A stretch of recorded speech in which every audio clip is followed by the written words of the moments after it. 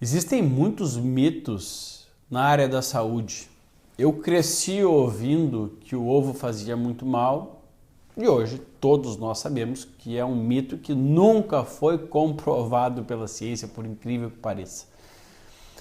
Existem outros mitos que beneficiam algumas indústrias e até beneficiam inconscientemente e conscientemente as pessoas, como é o mito de que o vinho diário faz muito bem. Junto a isso, existe um outro problema na área da saúde e da medicina, a segmentação das áreas. Eu só trato o dedão do pé, não interessa se eu vou passar para o dedão do pé, atrapalha o meu cérebro. Eu só trato o coração, não interessa se o que eu vou fazer para o coração, atrapalha o estômago. E isso é uma prática comum na medicina. Eu procuro entender de todas as áreas um pouco, né? Eu não sou específico para nenhuma, mas quando a gente fala de algum alimento, por exemplo, de algum medicamento, qual é o custo-benefício? Será que os malefícios que ele traz são piores do que os potenciais benefícios? Bom, vou então falar, para a infelicidade de muita gente, do vinho. As uvas, na casca da uva e na semente da uva, elas têm benefícios, né? São polifenóis, são o resveratrol, que eu já falei sobre, que eu já escrevi no meu livro, que eu já escrevi em artigos. Então existem benefícios na ingestão da uva, principalmente com a casca e com a semente da uva. No processo de fabricação do vinho, da fermentação do açúcar do vinho, para formar álcool e tal, existem algumas possibilidades interessantes. A gente pode ter uma concentração desses nutrientes, mas a gente tem, consequentemente, a formação desse açúcar, que é o álcool, né? Através de outro açúcar, que é a frutose da fruta.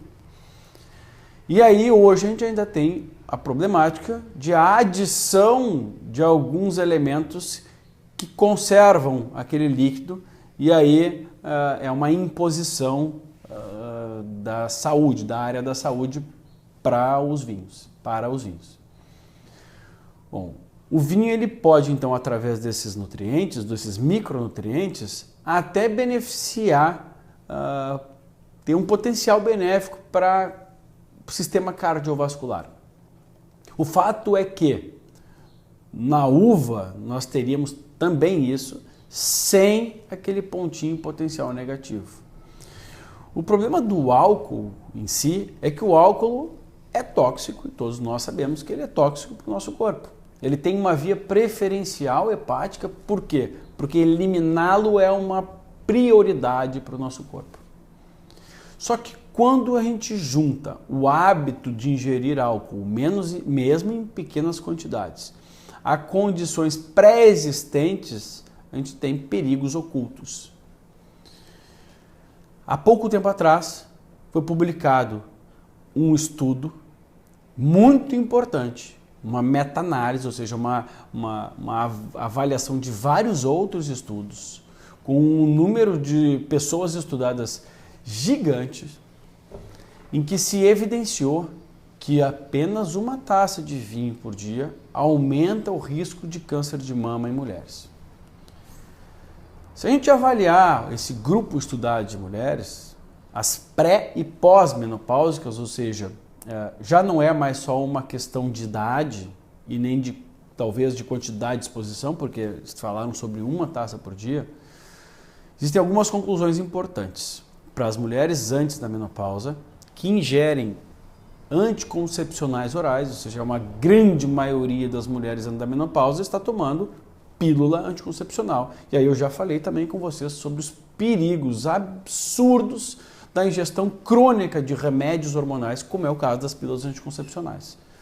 O fato é que tanto a pílula anticoncepcional, que é um remédio hormonal, como o álcool têm prioridades no nosso no hepatócito, que é a célula dentro do nosso fígado, para serem metabolizadas e eliminadas.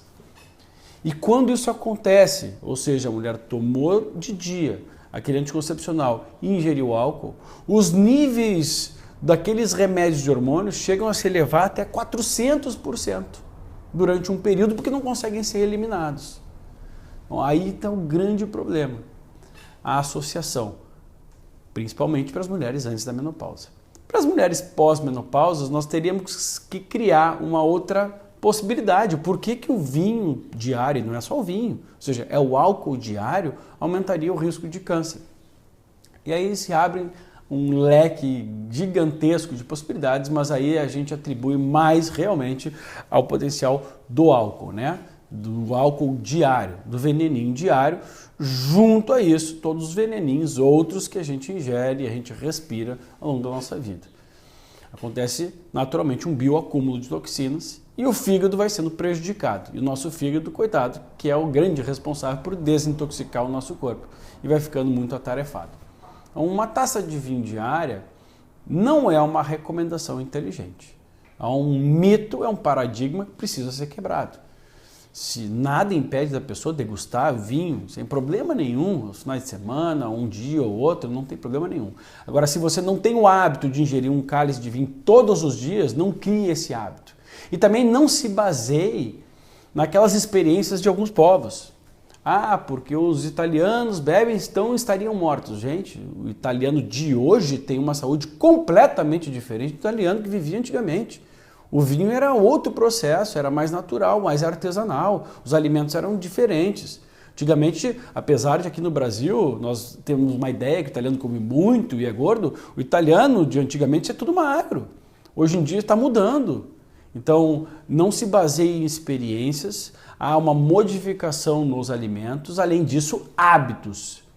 É nosso hábito aqui nas Américas o uso de anticoncepcional, inclusive em meninas de 12, 13 anos, para evitar acne.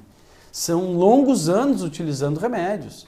São toxinas diferentes, é um tipo de alimentação diferente. Apesar disso, esse estudo foi multicentro, ou seja, foram em vários países. E o câncer de mama é um grande terror praticamente que assola, que acaba tirando o sono de muitas mulheres, porque é muito difícil realmente prevenir. E se a gente sabe que tem um hábito que aumenta a chance, o ideal é realmente diminuir. Mas isso serve só para as mulheres, Vitor? Não. O grupo estudado foram as mulheres. Talvez em algum outro estudo se estudem os homens e a gente tenha também evidências contra isso. Essa questão de estudos, gente, é assim. Eu preciso esperar um estudo para me dizer o que é óbvio? Ou seja, eu preciso esperar um estudo para me dizer que o álcool vai fazer mal a longo prazo? Claro que não. Não existe uma pessoa que acha que álcool é nutriente, álcool é droga. Agora, dá para ingerir, assim como o açúcar é droga, dá para ingerir? Dá, mas com consciência. Não posso criar uma ideia de que é saudável mesmo para aquele que não ingere. Ou seja, o que vai acontecer? A pessoa vai começar a ingerir diariamente e vai ter problemas em relação a isso. Então, vinho, dá para tomar? Legal. Quanto mais é artesanal, melhor, por incrível que pareça.